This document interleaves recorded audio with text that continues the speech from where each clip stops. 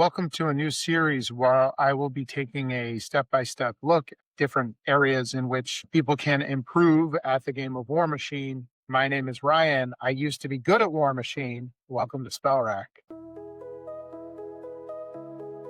Welcome to the first episode of a Improving at Warmachine series. I've put together a list of topics that I'd like to go over in a series of episodes here. First one here we're going to start off with is the use of tools. Basically, make sure you're bringing everything you need to the table. Then we'll go through making lists, pre-game, approaching the range game, engaging, alpha rages, deploying, approaching engagement, assassination or attrition, common tricks and combos. This is going to be a big one to bite off, is building a gauntlet for your list pair, understanding the meta. And then we'll talk about some tournament etiquette. What I would like to do is ask if you have other items that you would like to see on this list, please leave a note in the comments and I can expand on this list and improve the series as we're going. Later on in this episode, I will also announce a giveaway, and that giveaway will be viable to those that have liked, subscribed, and responded to this episode. If you don't have an idea for the series, just say hi and I'll pull somebody out of the comments. Okay, so let's get on with the use of tools in the game. There's a lot of different tools that we use when we're playing Warmachine besides dice. And so I just wanted to get at some of that stuff.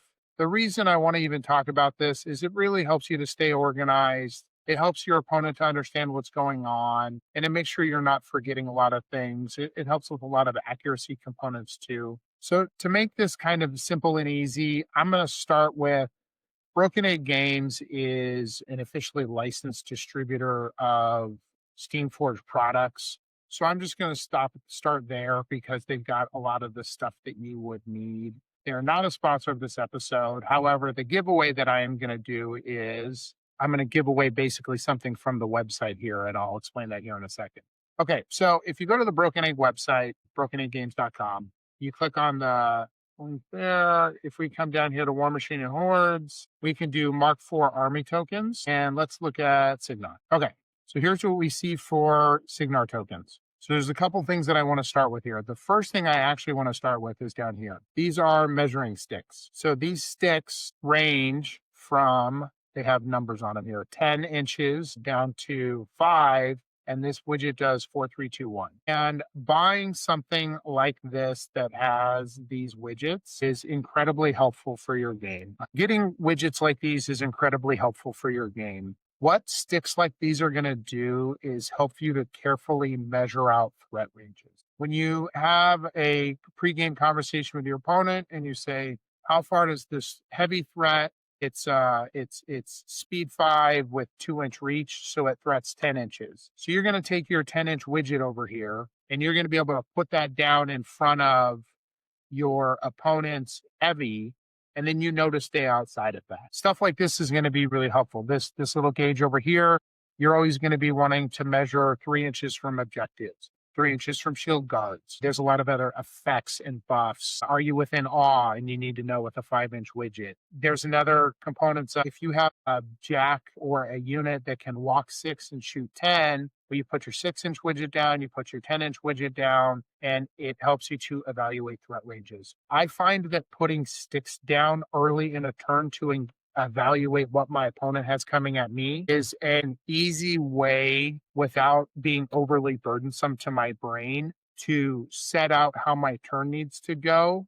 And sort of the memory and the knowledge of what I need is going to go onto the table with the sticks. And so there's less of a burden of putting my stuff in the wrong spot. The next item to really talk about is tokens. Here, again, they have the full range of tokens for Signar. And so it's got all of your upkeeps or abilities that you can put out, including feat tokens, all kinds of stuff in here. And so these tokens, and then these are focus tokens over here on the right. Having these items to put out is going to help you remember where all your stuff is. It's going to help your opponent remember where everything is. Now, you can get writable tokens. In fact, they also sell writable tokens. Here, these ones are blank. And so these are nice because you can write whatever you want on them. You just get a dry erase marker. Again, for load of burden in playing the game, there's so much to remember in these games. What I like to do is I'll play my caster, and if I take Snipe and Arcane Shield off of my rack, then I just set these two tokens aside and I disregard the rest of my tokens. And I know Snipe and Arcane Shield, those are my two upkeeps. They're right here. I'm ready to put them out when I need them.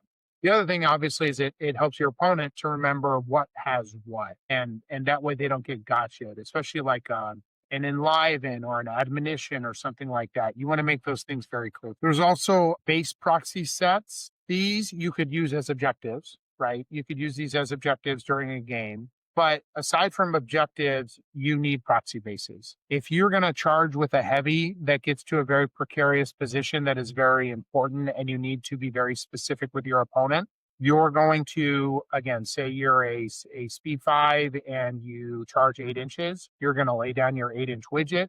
You're going to take this large base and put it at the end of it. And you're going to agree with your opponent on the placement. And then you're going to use some of your other measurement widgets, maybe of 2-inch melee range, and you can measure around this proxy base for what you can reach and attack. You're going to confirm with your opponent about the placing, and then you can really move your model and put it on where the proxy base is, or even just leave the proxy base there. Then you could maybe even set your model aside and replace it later. The point is, having proxy bases is very, very valuable. If you're playing cavalry units, keep in mind it's very nice to have 3 50-millimeter bases so that you can place your cavalry units. Cavalry units, right, they're often fast and they can kind of get mixed up in people's lines. And so it's really helpful to have the multiple proxy bases there. They are on the site in other places. You can get 120-millimeter proxy base. Heavily recommend 120-millimeter proxy base if you're playing a Colossal. When you're charging with that thing and trying to figure out where it needs to go, having a proxy base, especially because they're so big, and I don't just mean the base size, but arms or wings or guns or all kinds of stuff, it's so much easier to have a proxy base set out. The other thing you can do if you want is wound dials. A lot of people mark everything in the app and it's pretty quick and easy. I find that when I have a unit of 3 guys and they have 5 boxes each or 8 boxes each, I personally find that it's easier to leave a wound dial next to one of the guys. Be careful that you move the wound dial with the person, but keeping track of which model is A, B, and C is a rather difficult thing. So that's most of it. You do want to bring other tokens to the game. I'm just looking through what else is here. Wall templates, rings in case you need to place clouds and stuff like this.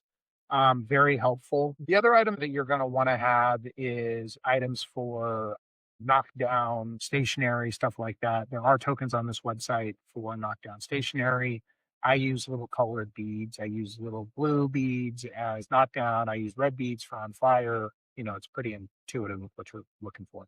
Okay, so giveaway. What I was going to do is either once I kind of randomize and raffle and figure out who our winner is, I'll let you select a faction and I'll buy either a full token set here or a sticks set. So if you already have the writables and you want the sticks, get sticks. If you already have sticks and you'd rather have the token set, then we'll do the full token set for you. So again, what I would like to do is get 3 episodes into this new player series. Like, subscribe, leave a review, give me comments on this first episode. I will pick from those that have commented on this one. And then I'll wait a couple days after that 3rd episode gets released and I'll do this. Rather than leaving that date open, let me actually set a hard date and we'll do 2 weeks from today. So that'll be, this video is going to go up on the 15th. So we'll say the 29th of September is when I'll pull a name. I'll get you set up.